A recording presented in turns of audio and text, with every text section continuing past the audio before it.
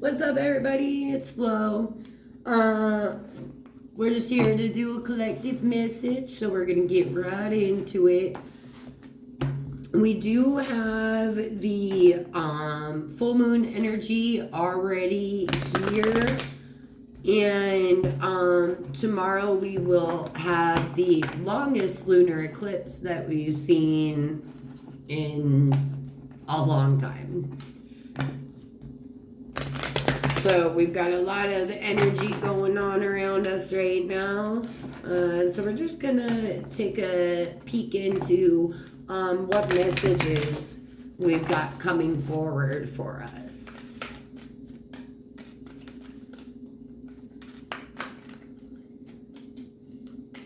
Hope you're all doing well, and that this full moon energy is bringing in a lot of clarity and goodness for you. Fourth chakra, Archangel Raphael. So it's also number 38, which reverts to an 11 and a 2. So we've got 2, 11, and 38 as numbers here. We've also got a lot of green for healing and growth. In the fourth chakra is our heart chakra, right? So there might be a need to focus during this full moon on releasing anything that we are holding in our heart chakra. So because that did come up reverse, right? So whatever we're holding space here in our heart chakra, it needs to be released so that it can be open fully and we can lead from that chakra. Call on Archangel Raphael to help with that.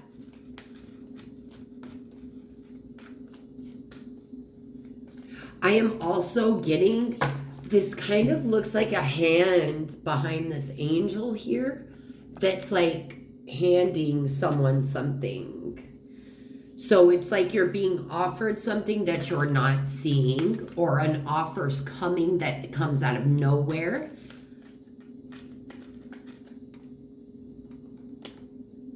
The sun, confirmation that offer is coming through here. All right. Another one as well. The sun is all about clarity. Also, she's almost like, she's sitting in almost like a chalice of water, which makes me think of the Ace of Cups in the tarot.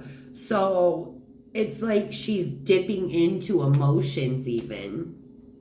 So maybe there's clarity coming about deep emotions. There's a lot of green in this card as well. So this could be a lot about growth.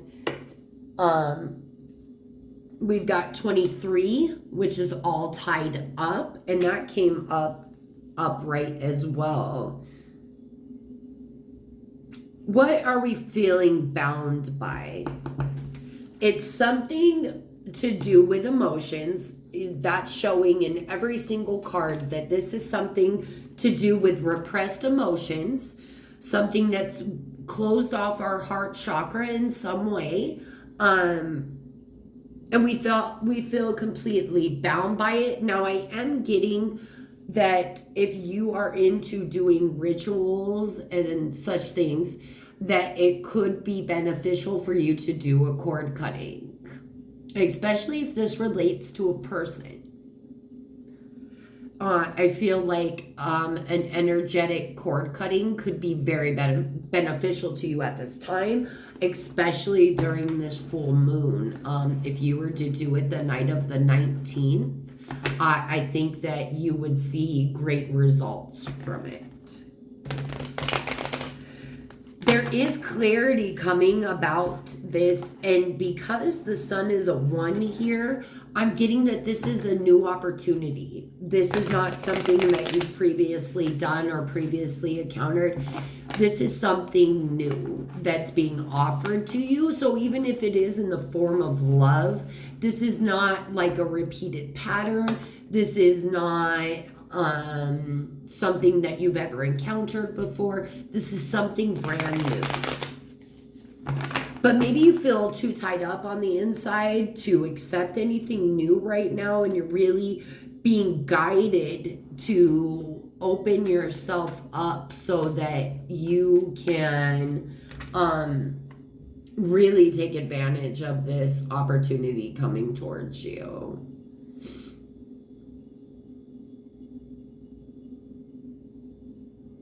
I'm sorry, one moment.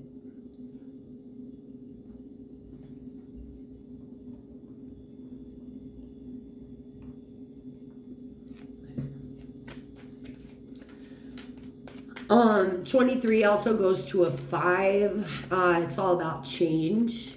So I really feel it's a strong indication that you need to release yourself, because it almost feels like right here by her hands, she has almost like a key or a knife or something that she can free herself with.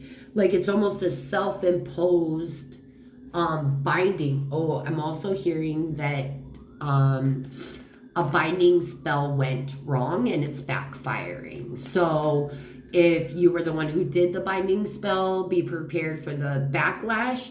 If a binding spell was done against you, it's backfiring onto whoever did this binding spell.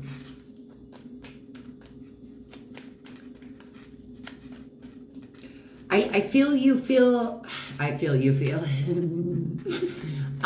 feel that like you're not wanting to open up to anyone. Maybe you're just not ready for it, or you feel you're not ready for it. It's keeping you in this bound situation. Maybe you're even tied to someone else still from the past, but you have this possibility for new to come in for you if you were to release yourself from whatever this is. If this is forgiving yourself and others, whatever it is for you. Yeah, definitely some form of contract here. I have the lawyer upright and I have the traditional contract here. So the Hierophant and the King of Swords. Is that the king or the queen?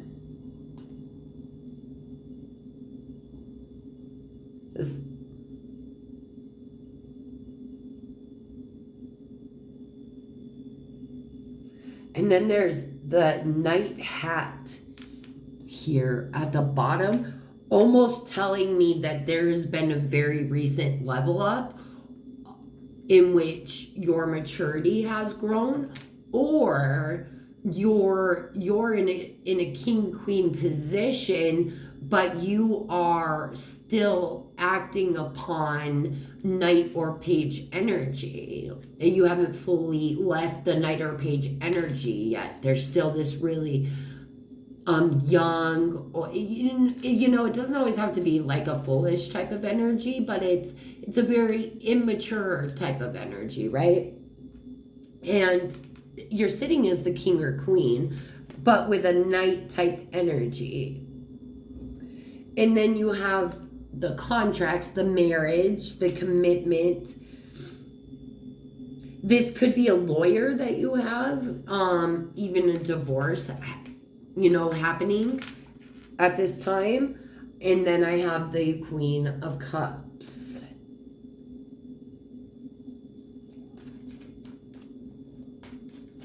Let's see what else we get here.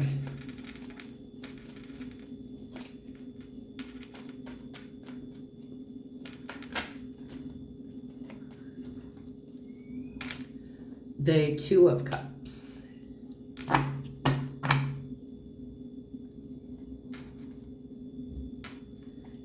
All right.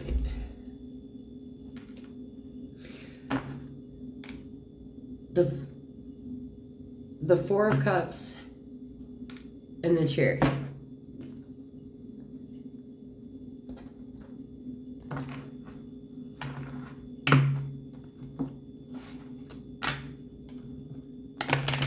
If this is a same-sex relationship, I feel that it's something leading towards marriage, something leading towards a long-term commitment, but there's something here emotionally that needs to be cleared up and spoke about. But if this is a heterosexual relationship, I feel there's even like prenup energy here, or because with the contract and the all tied up, that could be a prenup type of situation. I feel for anyone, whether this be heterosexual or same sex, this is something emotional needing to be actually communicated about, because it feels like some part of a contract makes someone feel uneasy. The bond between you two is amazing, though. Like, the bond feels almost unshakable.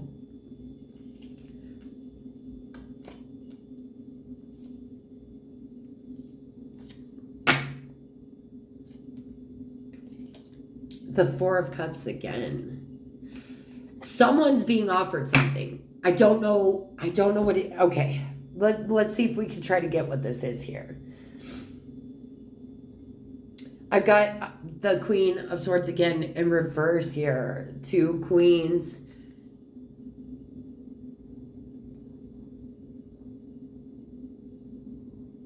And this queen in this deck looks like a king.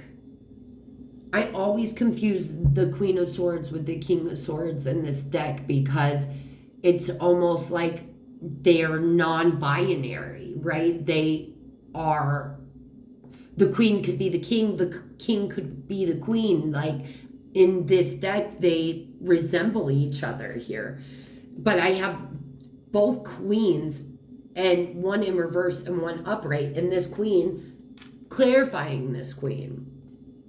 So someone here is very much up in their head about this contract.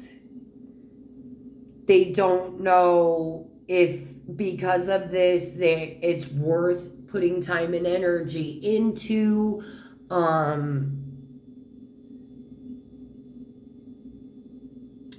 It's almost like they don't want to give up their options here just in case things don't work out. It's almost that kind of energy of not wanting to get rid of their host, their lineup list, whatever it is for them, just in case things fall through. But that's coming from a level of hurt, right? Because that feeling of needing to keep other options around just in case something doesn't work out. I think the Queen of Cups here is coming from a very emotionally stable position, but I don't believe she's even communicating properly. I believe the communication here is off in this relationship. If this is not love, this is like sisters, friends, co-workers, whatever it is in which you have like this strong bond with this person. Something's off. Something being written, something being put down on paper, something legal, something, I don't know exactly what it is causing uneasiness within another person. Someone could be acting really foolishly right now, especially paired up like this.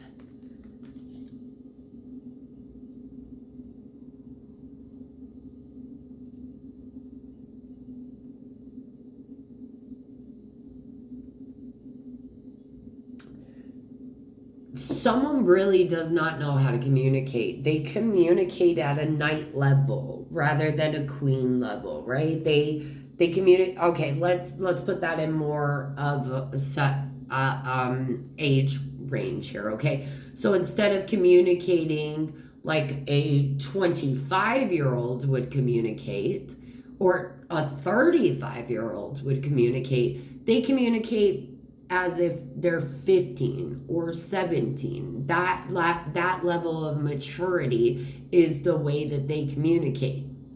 Their communication hasn't matured yet. But someone else here communicates from emotions, and someone communicates from logic. So it's almost like having two different love languages, even. So someone speaking Chinese and someone speaking Japanese, and they're expecting each other to understand each other, and that just doesn't happen. I do see long-term commitment here, but it may be releasing yourself from past or rigid ways of thinking, ways of thinking that you were taught to have, and actually evolving that into your own self and what actually is true to you now as a grown-ass person, right? Because you are no longer this child anymore. So these ways of thinking and believing and communicating are no longer beneficial to you and on your path. And if you're speaking English and they're speaking Spanish, you aren't coming together. All of this shit is going to stand between you, right? You're not going to be able to come together cohesively. So that conversation needs to be had about, what is your love language? Or, okay, you come from emotion and I come from logic.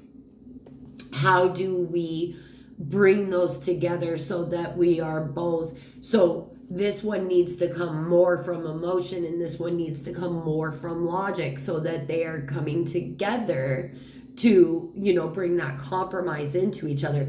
You give me what I need, I give you what you need, right? And then this very stable bond is able to continue. Look, I don't know what this offer is. I have no idea what this offer is coming in for you, but I'm feeling very strongly either the end of November to the beginning of January.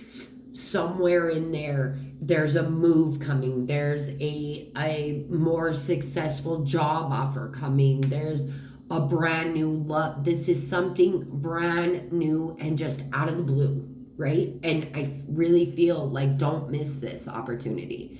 Don't miss this opportunity. Take it, grab a hold of it, and go for it. Don't let fear hold you back. Take the leap of faith. Do this, right? That's for maybe one person, maybe more, but at least one person. Take the opportunity coming to you and don't let fear hold you back.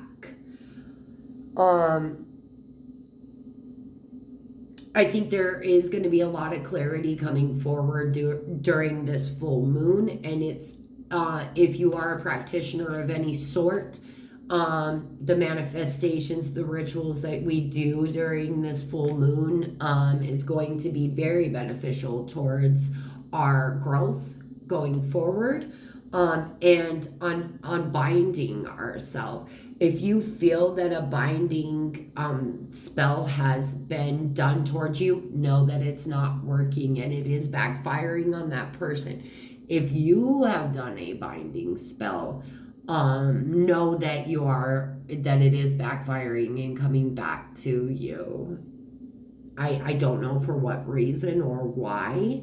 I'm getting that it was the intent, something about the intention of the binding spell, right? Okay, I'm hearing someone tried to bind someone to them, and that's backfiring on someone. That's backfiring on someone because someone is very protected.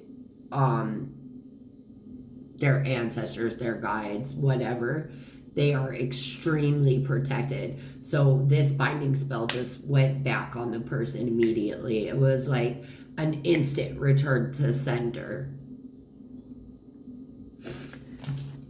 Oh, I think that those were the messages